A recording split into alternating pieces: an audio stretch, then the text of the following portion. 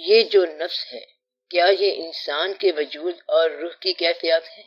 اور کیا نفس امارہ اور نفس مطمئنہ ان دو سے الگ کوئی تیسری چیز ہے؟ اب جو نفس کی قسموں کی بات آ گئی ہے تو پھر غور کرنا پڑے گا کہ نفس ہے کیا۔ اصل میں یہ روح اور مادہ کا امتزاج ہے، تو یہ جو امتزاج ہے یہ نفس ہے۔ جس طرح ہم لفظ انسان کہتے ہیں تو وہ انسان نہ خالی روح ہے اور نہ خالی مادہ ہے، بلکہ روح اور مادہ ایک پیکر میں جب اکٹھے ہوتے ہیں تو وہ انسان کہلاتا ہے۔ تو یہ لوامہ انسان کی ایک قسم ہے، انسانوں کی ایک قسم ہے، اور یہ صرف نفس کی قسم نہیں ہے۔ ایسا نہیں ہو سکتا کہ آپ کے اندر نفس کی چاروں قسمیں ہوں۔ اگر آپ میں نفس کی چاروں اقسام ہوں تو کبھی آپ لوامہ ہوں گے، کبھی آپ مطمئنہ ہوں گے، مگر ایسا نہیں ہے تو آپ کو ایک صفت والے لوگ ملیں گے۔ مدعا یہ ہے کہ جسم اور روح جب کبھی ایک پیکر میں اکٹھے ہیں تو اس کو نفس کہا جا سکتا ہے۔ نفس جو ہے وہ یونٹی یا ہارمنی ہے جو سول اور باڈی کے درمیان ہے۔ یہ جو ہارمنی یا یہ جو بانڈ ہے، یہ جو رشتہ ہے، یہ رشتہ فانی ہے اور اس کو موت ہے۔ مادہ کبھی زندہ نہیں ہوتا، اس نے مرنا کیا ہے، اور روح کو تو موت ہی نہیں ہے، بلکہ روح اور جسم کے درمیان جو رشتہ ہے اس کو موت ہے۔ جسم تو پہلے ہی مردہ ہے، اس کو موت کی کیا ضرورت ہے؟ کبھی مردہ بھی مرا ہے؟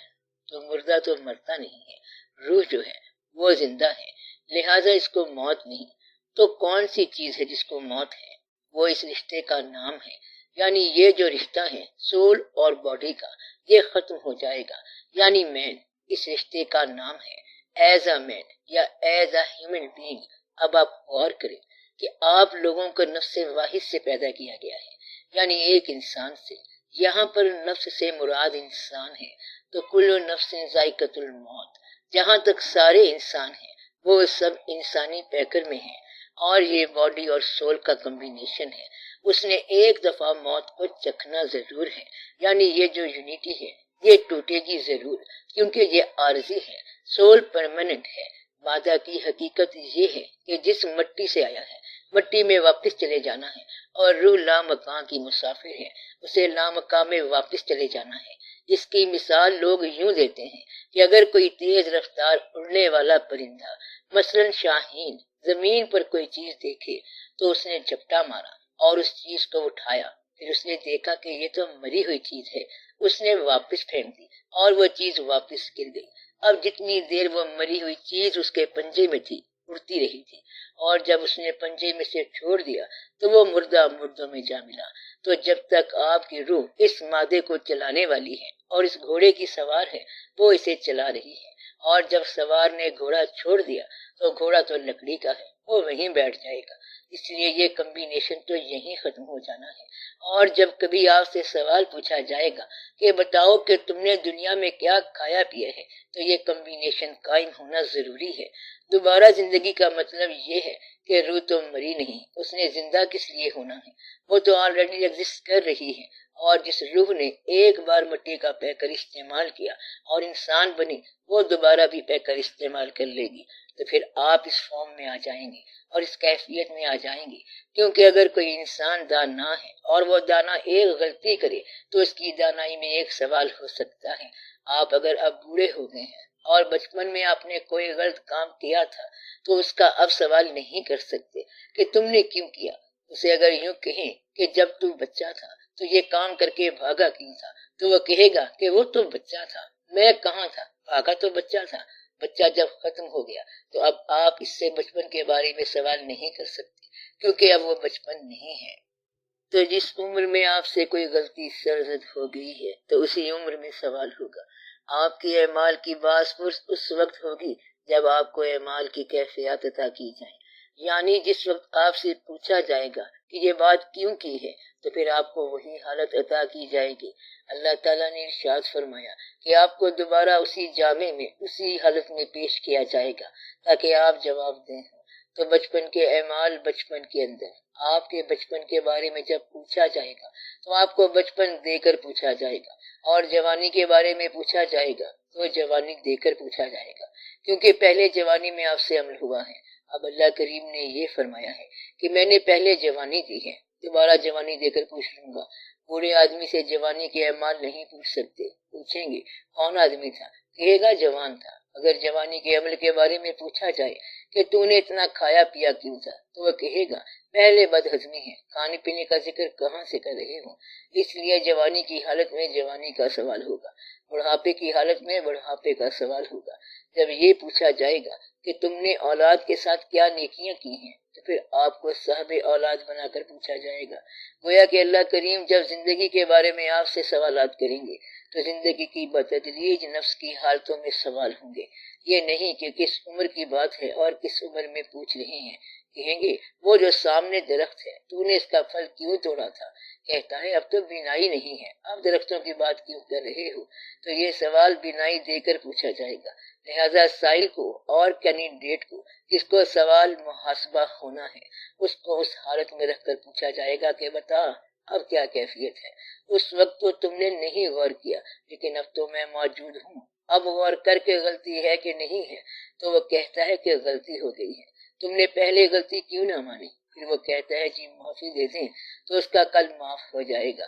اللہ کریم جو ہے ویسے چھوڑے گا نہیں، یعنی ریئلائز ضرور کرائے گا۔ اب آپ یہ نہیں کہہ سکتے کہ جوانی میں یہ واقعہ ہو گیا تھا یا کہ بچپن میں، تو جوانی دے کر پوچھا جائے گا، اور پہلے ہی اللہ نے آپ کو اطلاع کی ہوئی ہے کہ اللہ ہے، اور جو لوگ اللہ کو غائب سمجھ کر اس سے ڈرے یہ لوگ اللہ کو حاضر سمجھتے ہیں۔ مقصد یہ ہے کہ اللہ سے جو لوگ ڈرتے ہیں اور اللہ کو غائب سمجھ کر ڈرتے ہیں وہ لوگ بڑے ایمان والے ہیں، یعنی کہ اللہ کو یہ جانتے ہوئے کہ اللہ موجود ہے گرچہ وہ ہماری نگاہوں میں نہیں ہے، اس کو اس طرح غائب سمجھ کر ڈرتے ہیں، تو یہ لوگ بڑے ایمان والے ہیں۔ اور اس وقت اللہ حاضر ہوگا اور نگاہوں کے سامنے موجود ہوگا، پھر آپ کو معلوم ہوگا کہ کیا فرق تھا کہ اللہ کی اطلاع اللہ کے بارے میں جو تھی اس وقت تم نے ایسا محسوس نہ کیا، اور اب اللہ موجود ہے۔ ذالک الیوم الحق، آج کا دن حق ہے۔ اب بتاؤ کہ ایسا کام کیوں ہوا؟ اب آپ یہ نہیں کہہ سکتے کہ پتہ نہیں کیا تھا اور کیا نہیں تھا، پھر آپ اپنی غلطیوں کو اس وقت ریئلائز کریں گے۔ اس لیے وہ لوگ مومن کہلائیں گے جو غائب ماننے کے بعد اس کیفیت میں ڈریں۔ آپ جس کو غائب کہہ رہے ہیں وہی جو حاضر ہے، اور جسے حاضر سمجھ رہے ہیں یہ غائب ہے، تو جس کو آپ غائب سمجھ رہے ہیں حقیقت میں وہی حاضر ہے، اور جس چیز کو آپ حاضر سمجھ رہے ہیں اس نے غائب ہو جانا ہے، کیونکہ یہ فانی ہے اور اللہ باقی ہے۔ باقی ہمیشہ حاضر ہے اور فانی ہمیشہ ہی غیر حاضر ہے، لہذا اتنا سا فرق آپ طے کر لیں تو آپ کو نفس کی پہچان ہو جاتی ہے کہ نفس ہے کیا۔ تو نفس کی پہچان کی سٹیج کے زمانے ہیں، ارتقاء کے زمانے ہیں، اعمال کے زمانے ہیں اور افعال کے زمانے ہیں، یعنی جسم، روح اور مادہ کا کمبینیشن جو ہے، اس جسم پر اعمال، ارتقاء اور افعال کے زمانے، یہ سارے نفس کے زمانے ہیں۔ اب آپ جسے نفس مطمئنہ کہہ رہے ہیں تو یہ ایک انسان کے نفس کی ایک زمانے کی حالت ہو سکتی ہے، دوسرے زمانے میں دوسری حالت ہو سکتی ہے، لیکن کچھ انسانوں کے ساتھ یہی حالت چلتی رہتی ہے، وہ ہمیشہ کے لیے نفس مطمئنہ ہوتے ہیں۔ کچھ انسان ذکر کے ذریعے مطمئنہ ہو گئے، کچھ کسی اور طرح سے ہو گئے۔ تو نفس کو جاننے کا مطلب یہ ہے کہ جسم اور جان کے رشتے کو اللہ کا احسان سمجھ کر اس کو پہچانو کہ یہ کیا چیز ہے، اور یہ پرماننٹ نہیں ہے، ہمیشہ رہنے والی چیز نہیں ہے، یہ جدا ہو جائے گا، یہ رشتہ جدا ہو جائے گا، کیونکہ یہ ٹھہرنے والا نہیں ہے، اور یہ فورس کیا ہوا کمبینیشن ہے، یعنی کہ یہ اجزاء اور مختلف قسم کے عناصر کا مرکب ہے، ایک فانی ہے اور ایک اٹرنل ہے۔ روح جو ہے خدا نہیں لیکن اس کی ابتدا ہے۔ اللہ اور روح میں یہ فرق ہے کہ اللہ ہر ابتدا سے پہلے ہے اور ہر انتہا کے بعد ہے، لیکن روح جو ہے پیدا کی گئی ہے لیکن فانی نہیں ہے۔ اس لیے روح ایک کنارے کا سمندر ہے، ایک کنارہ ہے، اور اللہ کے ہاں کنارہ نہیں ہے، کیونکہ اللہ ہر طرح سے لامحدود ہے۔ اس لیے روح مخلوق ہے لیکن ایٹرنل ہے، ہمیشہ رہنے والی ہے، اس لیے آپ کی روحیں جو ہیں اے سچ قائم رہیں گی اور اپنے جسم کا دوبارہ لبادے کا انتظار کریں گی، اور پھر وہ واپس لایا جائے گا اور پھر سوال جواب کا سلسلہ ہوگا۔ اس لیے نفس کو پہچاننے کا طریقہ یہ ہے کہ نفس نے اللہ کریم کے احکامات کو کس طرح مانا، کس طور پر مانا، اور وہ کس طرح کی کیفیت تھی، کیونکہ ماننے کا زمانہ آپ کی یہی زندگی ہے۔ زندگی کے بعد تو ماننا نہیں ہے۔ جس طرح بوڑھا آدمی بچپن کی بات نہیں مان سکتا اور بچہ جوانی کی کیفیات نہیں مان سکتا کہ اللہ کریم کا حکم ہے کہ نکاح ہونا چاہیے، اب بچے کو کیا پتا کہ نکاح کیا ہوتا ہے۔ اس لیے بچے کے احکامات بچے کے ساتھ، جوانی کے احکامات جوانی کے ساتھ، بڑھاپے کے احکامات بڑھاپے کے ساتھ، اور مرنے والوں کے احکامات، یہ نفس کی سیٹس ہیں۔ پھر نفس کے درجات رکھے ہوئے ہیں، وہ چاروں کیفیات جو ہیں نفس کے درجے ہیں، اور ایک انسان میں بتدریج آ سکتے ہیں یا ایک انسان میں کسی ایک کیفیت کے ساتھ قائم ہو جاتے ہیں۔ اس کو پہچاننا ہے اور مکمل طور پر یہ پہچاننا کہ اللہ کریم نے کیا ارشاد فرمایا ہے۔ اس کو پہچاننے کا طریقہ جو ہے اپنے آپ کو پہچاننا، ذکر کے ذریعے پہچاننا، حکم کی اطاعت کے ذریعے پہچاننا، کسی کے کہنے پر پہچاننا، اپنے علاوہ دنیا کا مشاہدہ کر کے پہچاننا، پھر اپنا مشاہدہ کر کے پہچاننا اور مر کے پہچاننا، زندگی کے ذریعے پہچاننا۔ تو جن انسانوں کو زندگی میں ہی موت سے آشنائی ہوگی، ان کی موت کے ساتھ پہچان ذرا جلدی ہو جاتی ہے۔ کیفیت کا مطلب یہ ہے کہ جو کچھ موجود ہے سارے کا سارا سامان اللہ کے سپرد کر دیا جائے۔ بچپن تو اپنے سسٹم کے لحاظ سے ترک ہوا، اور یہ آپ نے ترک نہیں کیا بلکہ ایولیوشن کے ساتھ ترک ہوا، اور جوانی اپنے ارتقاء کے لحاظ سے ترک ہو گئی۔ آپ کو پتہ نہیں چلا کہ بچپن کے بعد جوانی آ گئی۔ مطلب یہ کہ درجات ایولیوشن کے ساتھ ختم ہوتے ہیں اور زندگی موت کے ساتھ ختم ہوتی ہے۔ لیکن اب اس کو سمجھنا ہو تو اپنی بھرپور زندگی کے اندر سے ہٹ کر اسے پہچانو۔ اب بھرپور زندگی سے ہٹنا جو ہے یہ اصل میں راج ہے۔ اس سے کیسے ہٹا جائے؟ ہم آپ کو کہتے ہیں کہ دیکھو ایسے کام میں انوالو نہ ہونا جس سے نقصان ہو، جیسے آگ میں انوالو ہونے سے ہاتھ جل جاتے ہیں۔ اس سے پہلے کہ بجلی کا کوئی شاک لگے آپ اس کو ہاتھ ہی نہ لگائیں۔ تو یہ داناؤں کی بات ہوتی ہے کہ وہ مرنے سے پہلے مر گئے۔ جو مرنے سے پہلے مر گئے تو ان کو ایک اور شعور حاصل ہوا، وہ شعور عرفان نفس کہلاتا ہے کہ وہ مرنے سے پہلے مر گئے، یعنی اپنی کیفیات سے علیحدہ ہو گئے اور اپنے آپ کو اللہ کے ماتحت کر دیا۔ اور پھر جب ایک نیا شعور حاصل ہوگا تو اسے آپ کہیں گے عرفان۔ مقصد یہ کہ ہم میں سے ہر آدمی اللہ کریم کی تابع داری میں ہے۔ تابع داری میں اس طرح ہے کہ کوئی انسان گھوڑا نہیں بن سکتا۔ اب انسان ہونے کی مہر لگا دی اللہ نے تو ہم انسان ہی رہیں گے۔ تابع داری تو ہو گئی، مقصد یہ ہے کہ ہم سارے تابع داری میں ہیں، کہ جب تک انسان انسان ہے وہ تابع داری میں ہے۔ کوئی آدمی اپنے قد سے باہر نہیں نکل سکتا، اس طرح وہ تابع داری میں ہے۔ کوئی آدمی نیند ترک نہیں کر سکتا تو یہ تابع داری ہے۔ کوئی انسان بچوں کی محبت سے گریز نہیں کر سکتا، یہ تابع داری تو فطری طور پر ہر انسان میں ہے۔ اب اس کے بعد مذہب کی کیفیت پیدا ہوئی۔ فطری طور پر ہر آدمی اپنی ضروریات کا غلام ہے یا مجبوریوں کے ماتحت ہے۔ مجبوریاں فطری ہوں، مجبوریاں دنیاوی ہوں، سماجی ہوں، معاشرتی ہوں، چاہے سیاسی بھی ہوں۔ مجبوری جو ہے وہ بے بس کرتی ہے۔ ہر انسان کو مجبوریوں کی بے بسی ہے۔ مثلاً آپ کو کیا مجبوری ہے؟ نیند آئے گی تو آپ سو جائیں گے، بستر تلاش کریں گے، کیا کر رہے ہو؟ بس جی مصیبت بن گئی۔ کیا مصیبت بن گئی؟ جی نیند آ گئی۔ پھر کھانا تلاش کر رہے ہیں، بھوک لگ گئی ہے، یہ بھی مجبوری ہے۔ اس طرح انسان مجبوری میں چیزیں تلاش کرتا پھر رہا ہے۔ پھر کبھی چڑیا کو آپ دیکھیں، وہ چڑیا ڈھونڈتی ایک تنکا تلاش کر رہی ہے۔ تنکا کس لیے؟ اس سے آشیانہ بنے گا، کیونکہ انڈے دینے کا وقت آ گیا۔ مطلب یہ کہ ان کی اپنی مجبوری ہے۔ آشیانہ بنانے کے بے شمار طریقے ہیں، ہر پرندے کے الگ الگ سسٹم ہیں۔ یعنی یہ مجبوریاں فطری طور پر ہیں کہ بچھو کو ڈنگ دیا گیا ہے اور کسی کو آواز دی گئی ہے، کوئل کو بہت اچھی آواز دی گئی ہے، سانپ کو اور کام دیا گیا ہے، پرندوں کو اور کام دیا گیا ہے۔ بلند پرواز کو بلند پرواز دی ہے۔ شاہین سے اگر آپ یہ کہیں کہ یہ چیز کھا لے اور اڑنا بند کر دے تو وہ کہے گا کہ کھانے کا میں نے کیا کرنا ہے، وہ بس پرواز کرتا رہے گا چاہے بھوکا ہی رہے، کیونکہ پرواز اس کی فطرت ہے۔ شیر سے کہا جائے کہ تو گھاس کھا لے تجھے فلاں چیز بھی ساتھ دیں گے تو وہ کہے گا کہ گوشت کھاؤں گا ورنہ کچھ نہیں کھاؤں گا۔ مطلب یہ کہ یہ مجبوریاں ہیں، زندگی کی مجبوریوں کو پہچاننا یہ نفس کی پہچان ہے۔ کیا آپ بات سمجھ رہے ہیں کہ نفس کی پہچان یہ ہے کہ کون سا انسان کس مقام پر جسم کے تقاضوں سے کیسے بے بس ہو گیا۔ جسم کیا ہے؟ روح اور مادہ کا امتزاج۔ جسم کے تقاضوں میں فطری محبت بھی ہے، ماں باپ کی محبت بھی ہے، اولاد کی محبت بھی ہے، کھانا بھی ہے، دوسری ضرورت بھی ہے، مکان بھی بنانا ہے۔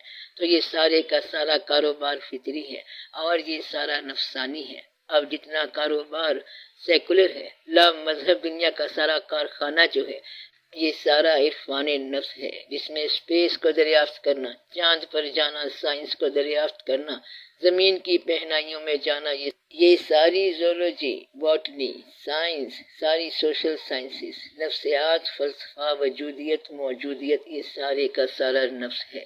اس میں کسی حوالے کی ضرورت نہیں ہے۔ انسانی ذہن کی رفتار ہر رفتار سے زیادہ ہے، ہر رفتار سے اس طرح زیادہ ہے کہ ابھی میں سوچ رہا تھا کہ ایفل ٹاور کہاں ہے اور پھر میں نے کہا آپ یہ بتاؤ کہ تاج محل کہاں ہے۔ ایفل ٹاور کدھر اور تاج محل کدھر، منٹ نہیں لگا ذہن کو، ذہن وہاں چلا گیا اور پھر ذہن یہاں چلا گیا، یعنی پہلے پیرس چلا گیا پھر آگرہ چلا گیا، اب ذہن جہاں مرضی چلا جائے۔ میں چمن میں چاہے جہاں رہوں، میرا حق ہے فصل بہار پر، تو ذہن ہر جگہ جا سکتا ہے۔ ذہن کی پرواز اور ذہن کا سفر لامحدود ہے۔ کوئی انسانی غم کسی طرح کا ہو، آنسو ایک جیسے ہیں۔ کمال کی بات تو یہ ہے کہ کل تو تجھے چوٹ لگی تھی اور تو رو رہا تھا، اور آج تجھے کوئی اور تکلیف ہوئی تو رو رہا ہے۔ کہتا ہے کہ تکلیف جس طرح کی ہو رونا میں نے اسی طرح ہے۔ آپ بات سمجھ رہے ہیں؟ یعنی رونا جو ہے ہر طور پر غم کا باعث ہوگا۔ مطلب یہ کہ انسان کی آنکھ نے رونا ضرور ہے، اور مذہب والے ہوں یا لا مذہب ہوں، سب کی آنکھ میں آنسو یکساں ہوں گے اور روتے ہوئے شکل تھوڑی سی خراب ہو جاتی ہے۔ تو یہ سارا نفس ہے، اور کہکہا لگانا بھی نفس ہے، دوڑنا نفس ہے، آرام کرنا نفس ہے، کسی کے ساتھ نیکی کرنے کی فطری خواہش، بدی کرنے کی فطری خواہش، شہر چھوڑنے کی خواہش، شہر بسانے کی خواہش، سفر کرنے کی خواہش، مقیم رہنے کی خواہش، یہ سارا ہی نفس ہے۔ یہ زمین کا جتنا کارخانہ سجایا گیا ہے یہ سارا نفس ہے۔ پھر کہتے ہیں کہ اب اس کمبینیشن کو چھوڑ کے دیکھو اور کبھی روح کا زیادہ خیال رکھو۔ پھر لوگوں نے کیا کام کیا؟ جسم کو لاغر کر کے دیکھا، یہ دیکھنے کے لیے جسم کو لاغر کیا کہ گھوڑا اگر نہ ہو تو کیا سوار چل بھی سکتا ہے، تو جسم کو لاغر کیا، پھر سوار کو دیکھا تو مضبوط تھا۔ اب یہ روح کی دنیا ہے، یعنی جسم کو لاغر کر کے دیکھا، جسم کو کمزور کر کے دیکھا، فاقہ کر کے دیکھا، تو پھر اندر طاقت محسوس ہوئی، روح کی طاقت محسوس ہوئی۔ اگر روزے رکھو یا فاقہ کرو تو روح کے لیے تقویت ہوگی۔ کم سونا شروع کر دو، روح میں تقویت ہو جائے گی۔ کم بولنا شروع کر دو، روح میں تقویت ہو جائے گی۔ سارے پٹ بند کر دو، یعنی وجود کے جتنے بھی سوراخ ہیں، سارے دروازے جو ہیں سب کو بند کر دو، یعنی جتنے بھی اپرچرز ہیں سارے بند کر دو، جسم کے دروازے بند کر دو، تو پھر آپ کو نرنجن خود بخود ہی آئے گا۔ کیوں نہیں ہوگا؟ اگر آنکھ بند رکھو بینائی قائم ہے مگر آنکھ بند ہے تو نظر آنا شروع ہو جائے گا۔ سماعت قائم ہے مگر کان بند ہے تو سنائی دینا شروع ہو جائے گا۔ جب سنائی دینا شروع ہو جائے گا پھر کان بند کرنے کے باوجود بھی سماعت قائم ہوگی۔ یہ سارا روح کا کام ہے۔ تو روح کی دنیا جو ہے وہ جسم کے افعال کو، اقوال کو ایک اور انداز سے پہچاننا ہے۔ نفس کو پہچاننے کے لیے جب انسان روح کی دنیا میں آتا ہے تو پھر نفس کو ڈکٹیٹ کرنا شروع کرتا ہے۔ ڈکٹیٹ کا معنی حکم لگانا۔ نفسانی دنیا میں یعنی نفس کی دنیا میں کھانا کھاؤ گے تو صحت قائم رہے گی، اور روح کی دنیا میں کھانا نہ کھاؤ تو صحت قائم رہے گی۔ نفس کی دنیا میں جو سوئے گا وہ صحت مند ہوگا، اور روح کی دنیا میں جو سوئے گا وہ بیمار ہو جائے گا۔ یہ جو ہنسنا ہے یہ انسانی صحت کے لیے نفس کی دنیا میں بہت ضروری ہے۔ روح کی دنیا میں کم ہنسے گا بلکہ ہنسے گا ہی نہیں۔ اللہ کا فرمان ہے کہ وہ کم ہنستے ہیں اور روتے زیادہ ہیں۔ گویا کہ نفس کی دنیا اور پیمانہ ہے اور روح کی دنیا اور پیمانہ ہے۔ یہ پرانے مذاہب، اسلام سے پہلے کے مذاہب روح تک، روح کے اعلانات تک آئے۔ یہ اسلام سے پہلے کی بات ہے، اور مذہب سے پہلے کا زمانہ جو ہے، یعنی مذہب نہ شامل ہو، تو پھر اگر انسان محنت کرے اور فکر کرے تو انسان کہاں تک پہنچے گا؟ نفس کی پہچان تک پہنچے گا۔ اگر اسلام سے پہلے کے مذاہب پر انسان غور کرے گا، یعنی عیسائیت، ہندو، بدھ مت پر، تو یہ صرف روح کی پہچان تک ہے۔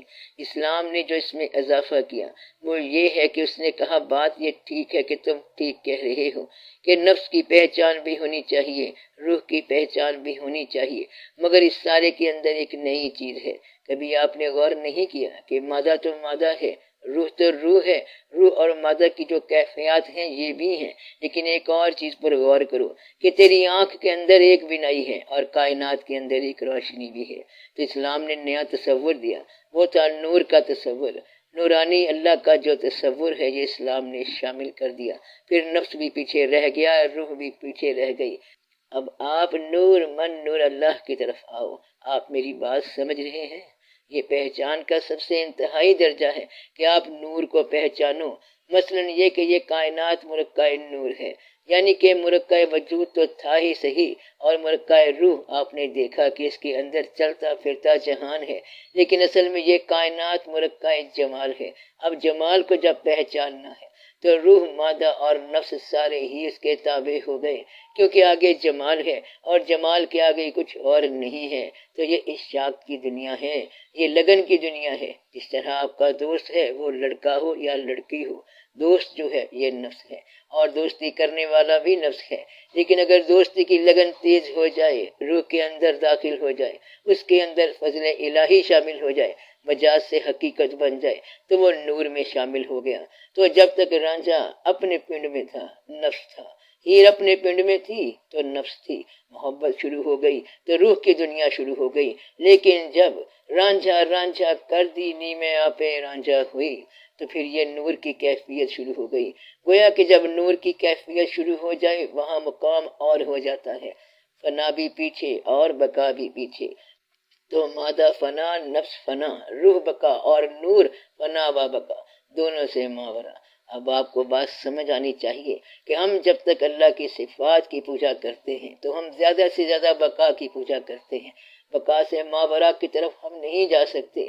ہم صفات مان رہے ہیں کہ اللہ کریم کو رازق ہونے کی حیثیت سے مانا کہ مجھے رزق مل گیا، اللہ کریم کی بڑی مہربانی ہو گئی۔ اگر آپ اس سے بلند ہو کر دیکھو تو نور کا مقام ہے، جہاں نہ رزق ہے، نہ لینا ہے، نہ دینا ہے، یہ تو نور کی کیفیت ہے۔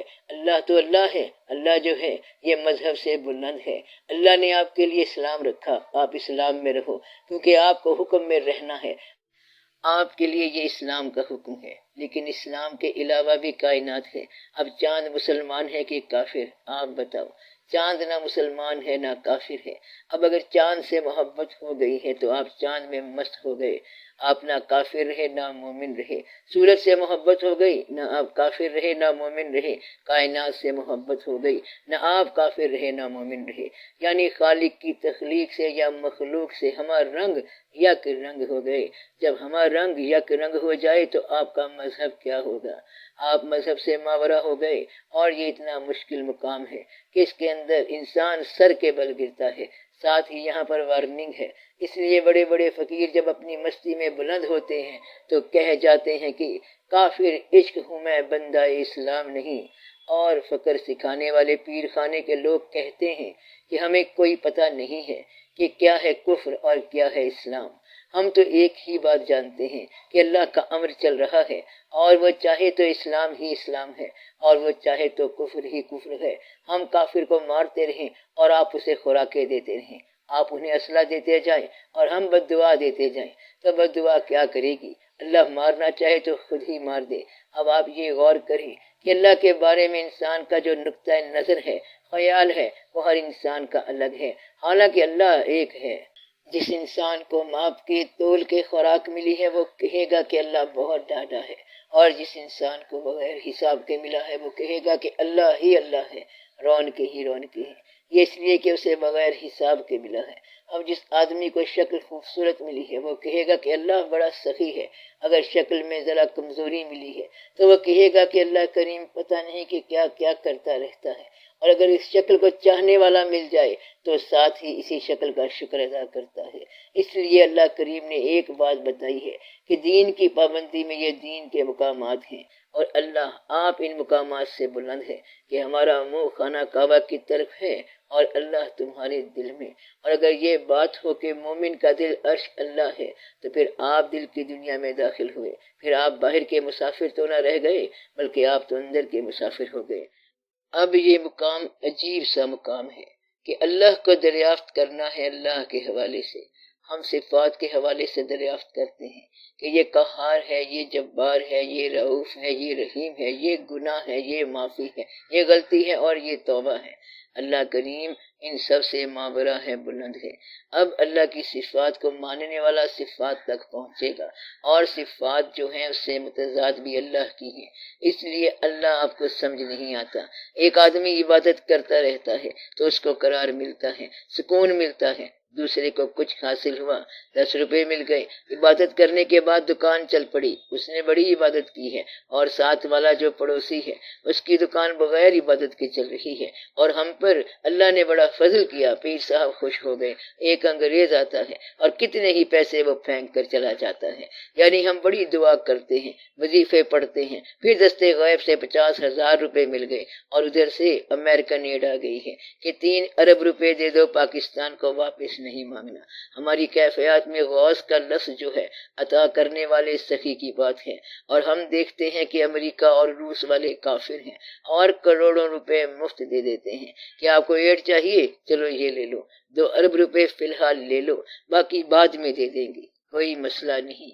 یعنی وہاں تو مزے ہو رہے ہیں حالانکہ کافر ہیں، لہٰذا اگر ہم اللہ سے بھی مدد منسوب کرتے ہیں تو وہ مدد کافر بھی کر دیتا ہے۔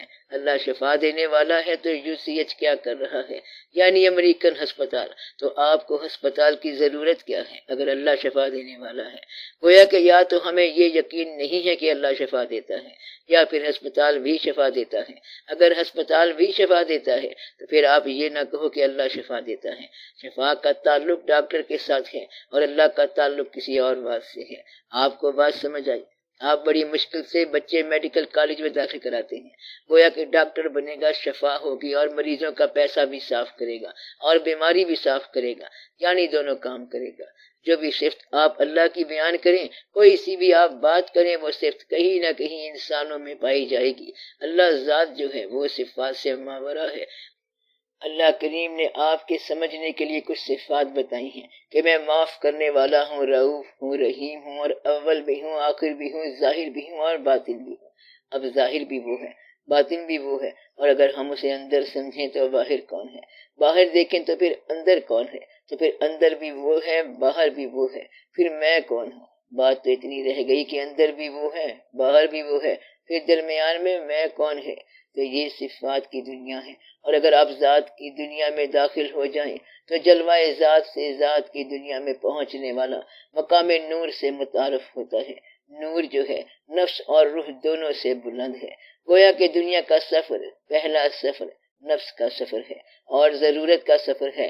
کھانے کا تعلق بھوک سے ہے، سونے کا تعلق نیند سے ہے، بارش کے ساتھ مکان کا تعلق ہے، اور مجبوریوں کا علاج کرتا رہا بیچارہ انسان، لیکن پھر سوچا کہ اب روح کی بات کریں تاکہ کچھ لطافت، کچھ کیفیات ہوں، اور پھر فائنل سٹیج آ گئی، یعنی اسلام، کیونکہ نور کے آگے مقام کوئی نہیں ہے، لہذا اسلام کے بعد مذہب کوئی نہیں ہے، اب نور کے آگے کیا مقام ہو سکتا ہے؟ اس لیے اسلام کے بعد کوئی مذہب نہیں آئے گا، اور حضور پاک صلی اللہ علیہ وسلم کے بعد کوئی پیغمبر نہیں آئے گا، کیونکہ مقام نور بیان ہو گیا۔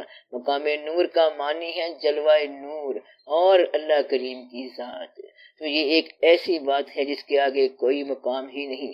اس لیے ہم اپنے دل میں جب کبھی اللہ کا تصور کرتے ہیں تو ہم اگر ضرورت کے لیے اللہ کو یاد کر رہے ہیں تو ابھی ہم نفس کی دنیا میں ہیں، اور نفس کی تکلیف میں ہے۔ نفس کی تکلیف ہو تو انسان کی دور کر سکتا ہے۔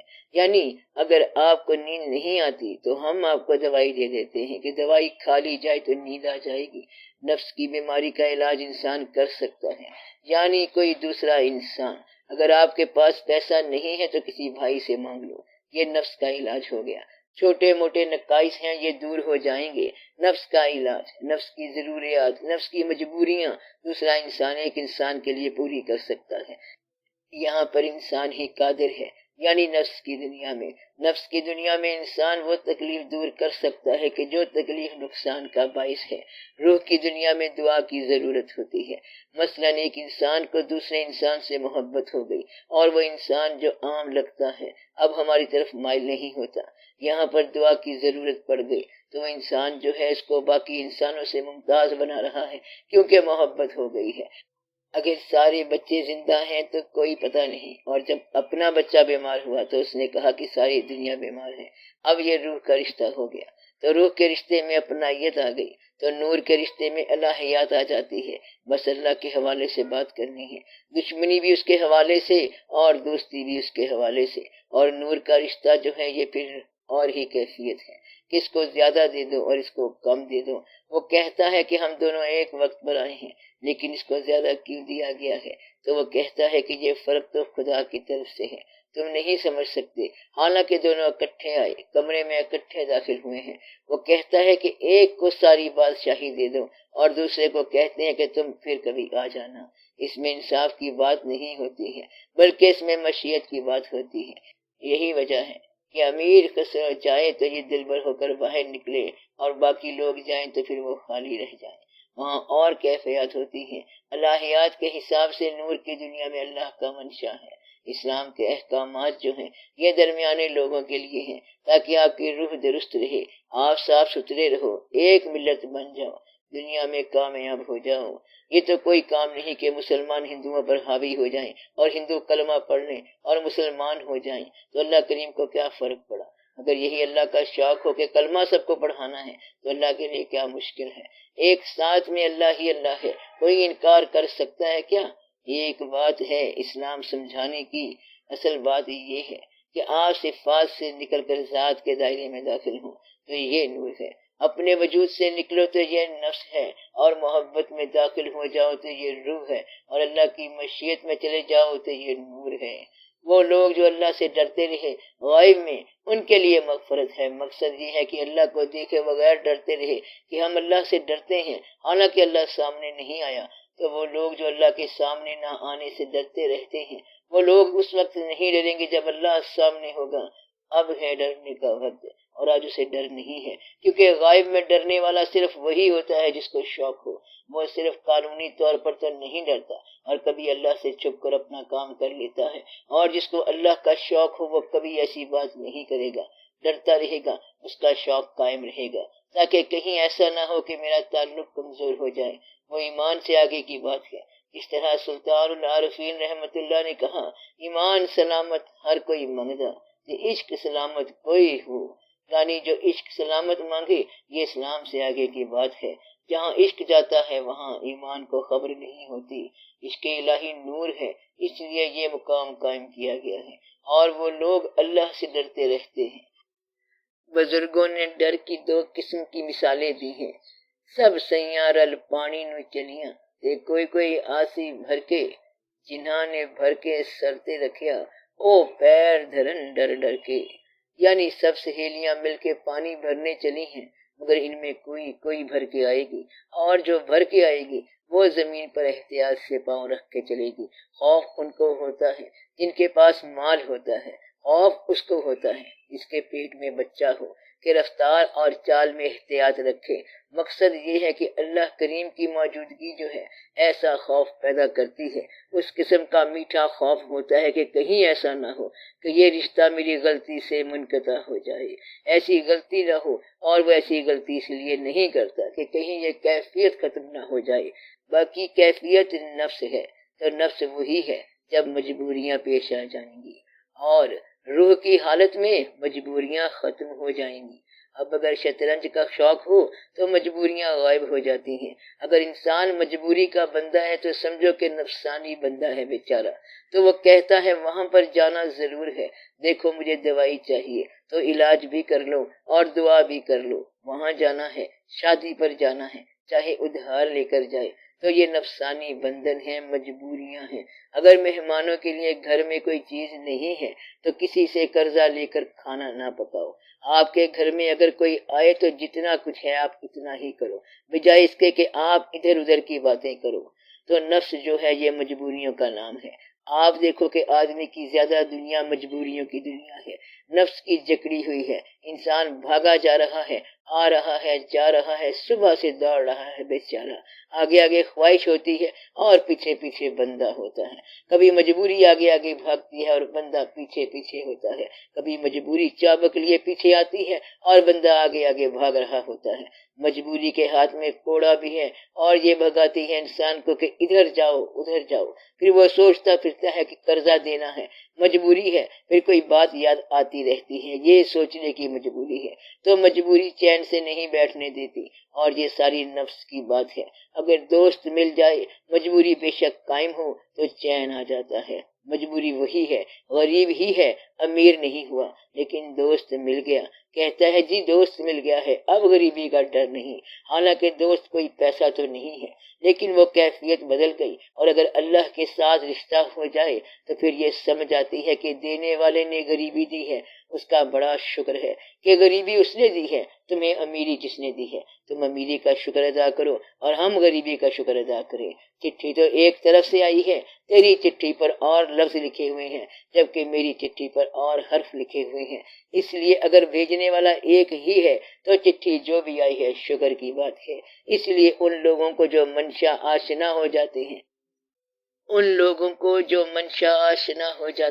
انہیں اور لطف آ جاتا ہے، مجبوریاں ختم ہو جاتی ہیں اور وہ ایسے نظام میں داخل ہو جاتے ہیں کہ وہاں کائنات میں آزاد ہوتے ہیں۔ پابندیوں کے باوجود وہ پابند نہیں ہوتے۔ کہتا ہے کون؟ جواب دیا اسرائیل، بسم اللہ جی، تھوڑی سی چائے تو پی لو پھر تمہارے ساتھ چلتے ہیں۔ مطلب یہ ہے کہ اتنا ہی فرق ہوتا ہے ان کو، اور کوئی لمبی چوڑی پابندی نہیں ہوتی کہ ٹھہر جا کوئی چابیاں اٹھا لوں، کوئی وصیت کر لوں، تو کیسی وصیت اور کیسے نامے، بس وہاں چلے جاؤ کہ وہاں پہلے ہی انتظار ہے۔ یہ ہوتی ہے نور کی دنیا۔ اس لیے آدھی دنیا مجبوریوں کی دنیا ہے، نفس کی دنیا ہے، اور کم لوگ ہیں جو وابستگی کی دنیا سے ہیں، وہ روح ہوتی ہے اور مذہب سے تعلق ہوتا ہے۔ پھر اسلام کے اوپر اللہ تعالیٰ کا فضل و کرم ہے کہ اس میں نور داخل ہو گیا، کہ اللہ کی طرف سے کتاب بھی آئی، روح بھی آئی، یعنی کہ اسلام کے اندر حضور پاک صلی اللہ علیہ وسلم کی محبت جو ہے یہ آپ کو نور آشنا کرائے گی، اللہ کی محبت پابندیاں کرائے گی۔ اللہ کی محبت جو ہوئی، سجدے کر کے ماتھا گھس گیا، بندگی کر دیا متھرا گھس گیا، یہ ایک مقام ہے اللہ کریم کی محبت کا۔ اور جب آپ کو حضور پاک صلی اللہ علیہ وسلم سے محبت ہو جائے گی تو پھر آپ کو ایک اور کیفیت محسوس ہوگی، پھر آپ کو پتہ چلے گا کہ کائنات جو ہے یہ مرکہ نور ہے، مرکہ جمال ہے، بلکہ ساری کی ساری عین نور ہے۔ پھر اس کے بعد یہ کائنات مظہر انوار ہے۔ جب مظہر انوار تک آپ پہنچ جائیں گے تو پھر آپ کو بات سمجھ آ جائے گی۔ اب آپ مظہر نور خدا کہو یا کچھ کہو، جو مرضی کہو، سب ٹھیک ہے۔ اس لیے یہ ایک ایسا مقام ہے نفس کو پہچاننے کا، یہی ایک ذریعہ ہے۔ نفس کو پہچانو گے تو آپ کو پتہ چلے گا کہ بات کیا ہے۔ اللہ کے ساتھ جو تعلق ہے وہ نفس کی پہچان کا بھی ہے، اور روح کی پہچان کا بھی ہے، اور نور کی پہچان کا بھی ہے۔ یہ تینوں مقام یہاں بیان فرمائے گئے ہیں۔ روح کا جو مقام ہے وہ یوم یقوم الروح، ایک دن یہ روحیں اپنے مقام پر قائم ہو جائیں گی۔ تو روح کے بعد ملائکہ کا درجہ ہے، اور پھر آگے مقام ہے نور کا۔ رب کی جمع ارباب ہے اور اللہ کی جمع نہیں ہے۔ رب تو بہت سارے ہو سکتے ہیں، اللہ تو رب الارباب ہے، ماں رب ہے یعنی پالنے والی۔ زمین کے پاس ربوبیت ہے تمہارے لیے۔ اللہ تعالیٰ نے خود فرمایا کہ یوسف علیہ السلام کا جو جیلر تھا اس کا نام رب السجن یعنی کہ قید خانے کا رب۔ تو رب کا لفظ بے شمار جگہ پر استعمال ہوا ہے، اور اللہ بھی رب ہے، بلکہ رب الارباب ہے، یعنی سب سے بڑا رب، پالنے والا، تو پالنے والا جو ہے اس کو آپ پہچان سکتے ہیں۔ اپنے رازق کو نہ پہچانے تو محتاج ملوک، تو رازق کو پہچانو۔ رازق جو ہے یہ آپ کے رزق کے ذریعے آپ تک رسائی کرتا ہے، اور مالک جو ہے چاہے آپ کے پاس رزق پہنچے نہ پہنچے اس نے سجدہ کرا لینا ہے، تو چاہے غریب ہو چاہے امیر ہو آپ سجدہ کرو۔ ہم اس بات کو نہیں جانتے تو اللہ اور مقام ہے، اللہ ذات ہے اور رب اس کی صفت ہے، تو آپ اپنے رب کو پہچان سکتے ہیں۔ مثلا نیند ہے، اب آپ اپنے رب کو پہچانو کہ غنودگی آ رہی ہے، اب آپ یہ پہچان رہے ہیں کہ آپ کے جسم کی بحالی ہو رہی ہے، کہ تھکے ہوئے آپ کے سارے اعضاء آرگنز وہ سارے نیند میں ریہیبلیٹیٹ ہو رہے ہیں اور آرام آ رہا ہے۔ اب یہ بغیر خوراک کے ہو رہا ہے اور آپ دوبارہ ریسٹور ہوتے جا رہے ہیں، تو آپ رب کو پہچانو کہ اللہ کریم نے کیا سسٹم بنایا ہے اور اس کا پرچار کرتے رہو۔ پھر جب آپ عبادت کے حوالے سے چلیں گے تو آپ اللہ کی عبادت کریں گے۔ رب کا مقام اور ہے، رب ہے پالنے والا ساری کائنات کا، رب کی تعریف کرتے ہیں اور عبادت اللہ کی کرتے ہیں، رب کی ثنا ہے، پھر وہ اللہ ہی ہے۔ میرا مطلب ہے کہ وہی پالنے والا ہے، پیدا کرنے والا، ٹھہرانے والا، قائم کرنے والا، سسٹین کرنے والا، مینٹین کرنے والا، کریٹ کرنے والا، ریکریٹ کرنے والا، تو وہ رب ہی ہے اور وہ ہے اللہ ہی۔ لیکن رب اس کی ایک صفت ہے، رحیم اللہ بھی ہے، رحیم اللہ کے محبوب صلی اللہ علیہ وسلم بھی ہے۔ مقصد یہ ہے کہ صفات جو ہیں یہ انسانوں میں بھی ہو سکتی ہیں، مثلا پالنے والی صفت، اس لیے ان کے حوالے سے آپ اللہ کی رسائی چاہو کہ اللہ تعالیٰ کیا ہے۔ اللہ کی رسائی آپ سمجھ نہیں سکتے جب تک آپ کسی جاننے والے سے نہ پوچھو، اور جاننے والی اس کائنات میں سوائے ایک ہستی کی کوئی اور ہستی نہیں ہے، بس باقی سارے اندازے ہیں، باقی صرف اندازے ہی ہیں۔ اور ان اندازوں کے حوالے سے بچنے کے لیے آپ یہ کہو کہ جاننا انہی کو مبارک اور ہمیں ماننا مبارک، وہ جانتے رہیں اور ہم مانتے رہیں، ہم تو ماننے والے لوگ ہیں۔ اس لیے آسانی یہ ہے کہ اللہ کریم نے جو ارشاد فرمایا وہ منظور ہے، سمجھداری منظور کرنے میں ہے، کیونکہ ہم کہاں پہچان سکتے ہیں کہ کیا مفہوم ہے، اس لیے معرفت الہی مشکل ہے۔ فرشتے جو ہیں وہ ایک صفت کے قیدی ہیں، جو فرشتہ رکوع میں ہے وہ ہمیشہ رکوع میں رہے گا، اور جو سجدے میں ہے وہ سجدے میں رہے گا۔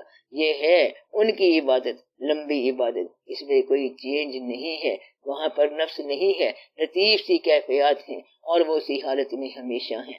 مثلا پہاڑ کو فرشتہ کہہ دیا جائے تو وہ بیچارہ ایک حال میں کھڑا رہے گا۔ یہ بجلی جو چمکتی ہے سائیکا، اگر فرشتے کا نام سائیکا بھی کہہ دیا جائے تو بیچاری ہمیشہ چمکے گی، ایک صفت کی قیدی رہے گی۔ اس لیے کچھ لوگ کہتے ہیں کہ گائے کو فرشتہ کہہ دیا جائے تو جو حالت پہلے والی ہے وہی رہے گی، سر جھکا کے چلنے والی، دودھ دینے والی۔ اللہ کریم کو آدم علیہ السلام کی تخلیق کے وقت فرشتوں نے کہا کہ یہ فساد کرے گا، تو وہاں اللہ کریم کا ارشاد ہے کہ انی عالم ما لا تعلمون، جو میں جانتا ہوں تم نہیں جانتے، گویا کہ فرشتے نہیں جانتے۔ اسی طرح ہر پیغمبر کے زمانے میں اللہ کریم کی طرف سے کوئی نہ کوئی حکم سخت آتا رہا کہ یہ تمہیں نہیں پتا۔ یہ دیکھو آدم علیہ السلام بہشت کے اندر مالک تھے، اکیلے تھے، حکم نہ مانا، پھر آدم علیہ السلام نے کہا کہ معاف کر دیں، غلطی ہو گئی، یہ انکار نہیں تھا بلکہ غفلت ہو گئی، تو وہاں سے یہاں آ گئے۔ مقصد یہ ہے کہ مشیت کے کیا کیا مقامات ہیں، جب اللہ نے کہہ دیا کہ یہ نہ ہو تو وہ نہیں ہونا چاہیے۔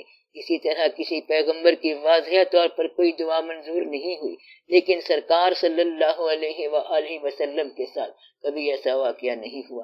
سرکار صلی اللہ علیہ وسلم نے کوئی دعا کی ہی نہیں جو منظور نہ ہوئی ہو، کیونکہ وہ جانتے ہیں کہ اللہ کی منشا کیا ہے۔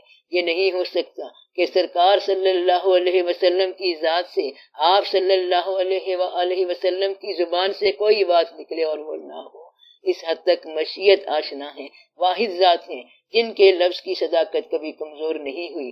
اس لیے عرفان الہی کا یہ نور آپ کا مقام آپ صلی اللہ علیہ وسلم ہی کا ہے کہ آپ صلی اللہ علیہ وسلم اس مقام تک پہنچے۔ باقیوں نے اللہ کریم کا جلوہ دنیا میں دیکھا، آپ صلی اللہ علیہ وسلم نے جلوہ سے ذات تک رسائی کی، باقیوں نے ذات کا جلوہ دیکھا، آپ صلی اللہ علیہ وسلم نے جلوے والی ذات دیکھی۔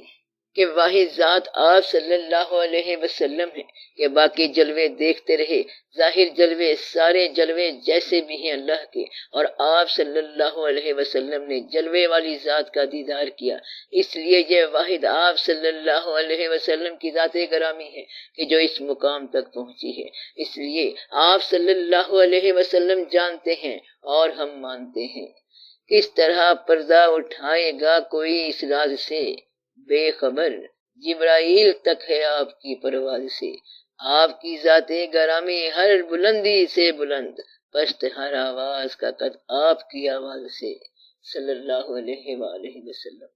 بس یہی ایک واحد ذات ہے کہ اللہ کریم کا ارشاد ہے کہ اپنی آوازوں کو آپ صلی اللہ علیہ وسلم کی آواز سے مدھم رکھنا، ورنہ اعمال ضائع ہو جائیں گے۔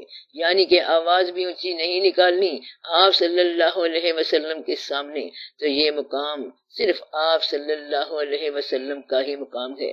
آپ صلی اللہ علیہ وآلہ وسلم کا فرمان ہے کہ رب کو پہچاننے کے لیے نفس کی پہچان کرو، اس طرح رب کو پہچاننا آسان ہے۔ تو اللہ کی پہچان اللہ کی اطاعت ہی ہوتی ہے۔ سب کے لیے یہ جاننا کوئی لازمی بھی نہیں کہ نفس کیا ہے، روح کیا ہے، نور کیا ہے، یہ سب کے لیے ضروری نہیں ہے، لیکن جن کے لیے ضروری ہے ان کے لیے بہت ضروری ہے۔ مقصد یہ ہے کہ یہ دعوت عام اوپن نہیں کرتے کہ وہ لوگ آئیں اور ہم یہ سمجھائیں کہ کیا چیز ہے کیا چیز نہیں ہے، اور کسے کہتے ہیں اور یہ واقعات کیا ہیں۔ یہ ہر ایک آدمی کے لیے ضروری نہیں ہے۔ جس کی مسائل پر نگاہ ہو یا گردش لیل و نہار پر نگاہ ہو، یہ ان کے مسائل ہوتے ہیں۔ جو صاحبان ذکر ہیں وہ بتاتے ہیں کہ اگر ذکر میں کچھ دھاگا ٹوٹ گیا تو وہ دھاگا تم جوڑ لو۔ تو ذکر جو ہے یہ مذکور کا قرب ہے۔ عین ممکن ہے آدمی ذاکر ہو، ورد جاری ہو اور اس سے غلطی ہو جائے، اس لیے کہ اس کا تصور صفات کا ہے، ذات کا تصور نہیں ہے۔ اس لیے ذکر کے اندر گم رہنے والا انسان ضروری نہیں کہ جلوے سے آشنا ہو۔ ذکر کرنے والے بے شمار سائل فقیر مانگنے والے ہوتے ہیں، ورد جاری ہوتا ہے، ذکر کرتے جا رہے ہیں، مانگتے چلے جاتے ہیں۔ مدعا یہ ہے کہ ذکر آپ کو ایبسارب کرتا ہے، محویت دیتا ہے، مگر جب تک اندر سے صفات نہ بدلیں ذکر اس وقت تک آپ کو کچھ نہیں دیتا۔ جب آپ مرنے سے پہلے اگر مر چکے ہوں تو پھر ذکر کی کیفیت اور ہے، تو ذات آشنا ہونے کے لیے ایک اور مقام ہے۔ اس لیے ذکر کے ساتھ پیر کا ہونا لازمی ہے، جسے تصور کہتے ہیں۔ تصور ہو تو پھر بات اور ہو جاتی ہے۔ اس لیے یہ جو مقامات ہیں غور کے، فکر کے، یہ رسائی وغیرہ، یہ ہر ایک کا مسئلہ نہیں ہے، اور یہ کسی زمانے میں بھی نہیں ہوا، تو یہ صرف کچھ لوگوں کے ساتھ ہوتا ہے۔ عام مسائل یہی ہوتے ہیں کہ یہ کیا مسئلہ ہے، میں غصے میں بیوی کو یہ کہہ بیٹھا، اب کفارہ کیا ہوگا، کچھ حالات میرے ایسے ہو گئے ہیں، خرچ زیادہ ہو گیا آمدن سے، اب کیا کیا جائے، یا تو وہ خرچ کم کرے یا آمدن زیادہ کرے، اور اگر دونوں نہیں ہوتے تو تیسری بات یہ ہے اس کے لیے دعا کرو کہ اللہ تعالیٰ اس کے لیے کوئی سبب بنائے۔ جس آدمی کا رزق ضرورت سے کم ہو گیا، جیسا کہ عام طور پر ہو جاتا ہے، یا تو اس کی کمپنسیشن کرو۔ رزق اگر کم ہو گیا، جیب خرچ کم ہو گیا، تو پھر اور کوئی رزق آپ کو ملا ہوگا، مثلا ایمان کا رزق مل گیا ہوگا، نور کا رزق مل گیا ہوگا، کوئی دوست مل گیا جس سے غریبی دور ہو گئی، حالانکہ دوست بھی غریب ہی ہے، لیکن ایسا محسوس ہوتا ہے کہ غریبی ختم ہو گئی، اسے دیکھ کے کہتے ہیں آپ آ گئے، کوئی کمی نہیں رہ گئی، حالانکہ کمی وہی ہے جو پہلے تھی۔ اس لیے اللہ کریم کبھی انسان کو اکیلا نہیں چھوڑتا۔ ایک چیز ہوتی ہے دوستی، اور یہ چیز کہیں نہ کہیں موجود ہوتی ہے۔ اللہ کریم فرماتا ہے کہ آپ کے لیے دریاؤں میں، بارشوں میں، آسمانوں میں، زمینوں میں رزق ہے۔ جلوہ نگاہ کا رزق وہی ہے جسے آپ حسن کہتے ہیں۔ رانائی نگاہ کو رزق مل گیا کہ کہیں پھول نظر آ گئے، کہیں ستارے نظر آ گئے، کہیں بادل نظر آ گئے، کہیں چہرے نظر آ گئے، تو یہ آنکھ کو رزق مل رہا ہے۔ اب پیٹ کا رزق ہے کھانے سے، باقی رزق تو سارے فری ہیں۔ تو ایک رزق میں اتنا شور مچاتے جا رہے ہیں کہ رزق نہیں ملتا جی، پیاز نہیں کھاتے کیونکہ مہنگے ہو گئے ہیں، پیاز نہ کھاؤ تب بھی رزق چلتا رہتا ہے۔ یہ دعا کرو کہ اللہ تعالیٰ سب کا رزق فراخ کرے، سب کی ضرورت کے مطابق پورا کرے، اس لیے دعا ضروری ہے، دعا ضرور کیا کریں۔ باقی تو ہمارے وقت حالات ہی ایسے ہیں، ہم لوگ جس دنیا میں ہیں اس میں ایسے ہی رہیں گے۔ امریکہ میں بڑا مال ہے، وہاں ایمان نہیں ہے، اور سعودی عرب میں اور عربوں کے پاس بڑا مال ہے لیکن بڑا غرور ہے، اور اسلام اور مسلمان ہونے کے باوجود ان کی عادتیں وہی ہیں جو غیر مسلموں کی ہیں، یعنی غرور، خود سری اور پتہ نہیں کیا سے کیا۔ نہ خانہ کعبہ کی عزت کرتے ہیں اور نہ دوسرے مقامات کی عزت کرتے ہیں۔ لے دے کے زمین پر آپ ہی لوگ ہیں، یعنی ہندوستان اور پاکستان کے لوگ۔ اصل میں اسلام کے صحیح چاہنے اور ماننے والے لوگ یہی ہیں، کیونکہ ان کے خمیر میں بزرگوں نے یا فقیروں نے آ کر اسلام پھیلایا اور بڑی محبت کے ساتھ پھیلایا۔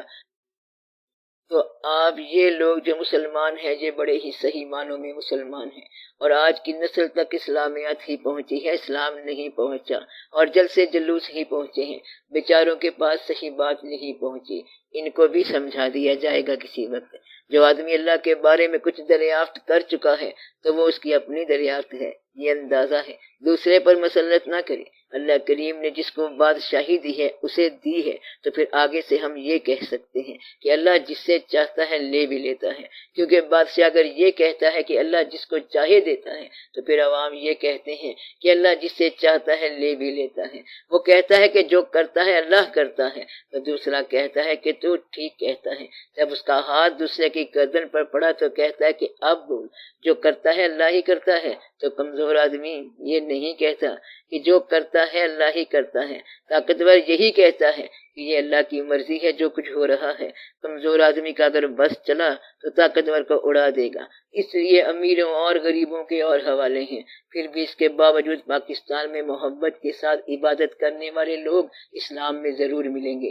پاکستان کے اندر غور کر لو، شہروں میں شہر لاہور ہی سب سے اچھا ہے، فقیروں میں بھی سب سے بڑا فقیر ادھر ہی ہے، داتا صاحب رحمت اللہ بھی ہیں۔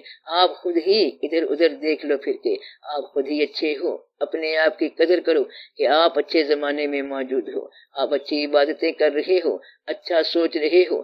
یہ زمانہ جب کہ غریب الوطنی کا زمانہ ہے، فکر کا زمانہ ہے، تفکرات کا زمانہ ہے، کھانے میں فیض نہیں ہے، پیسے کمزور ہیں، چاہے جتنے بھی ہوں، وفا نہیں ہے، ساتھی نہیں ہے، بچے گستاخ ہیں، بیویاں کہنا نہیں مانتی ہیں تو پھر منواتی رہتی ہیں، خرچے زیادہ، آمدن کم، بڑی پریشانی کا زمانہ ہے۔ اس کے اندر اگر آپ اسلام اور محبت کی بات کر رہے ہو تو بڑی بات ہے، ورنہ یہ تو پریشانی کا زمانہ ہے۔ جو اخبار پڑھتا ہے وہ اخبار کی قیمت ادا نہیں کر سکتا، کیونکہ مہنگائی کا زمانہ ہے، مہنگی ہے ہر چیز۔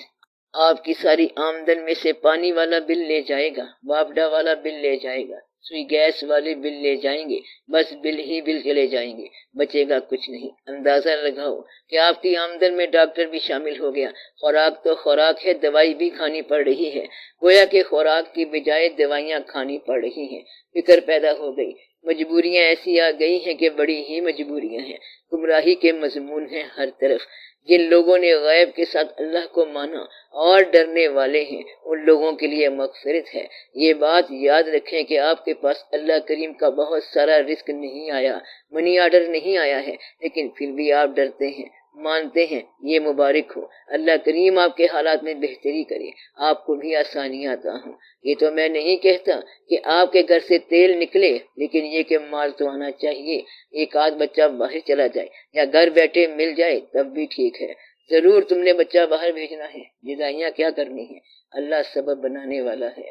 میں یہ کہہ رہا ہوں کہ ہر چیز ہر ایک کے لیے نہیں ہے، لیکن جن کے لیے ہے ان کے لیے بہت ضروری ہے، اس لیے اس کا پیرامیٹر بنانا بہت ضروری ہے۔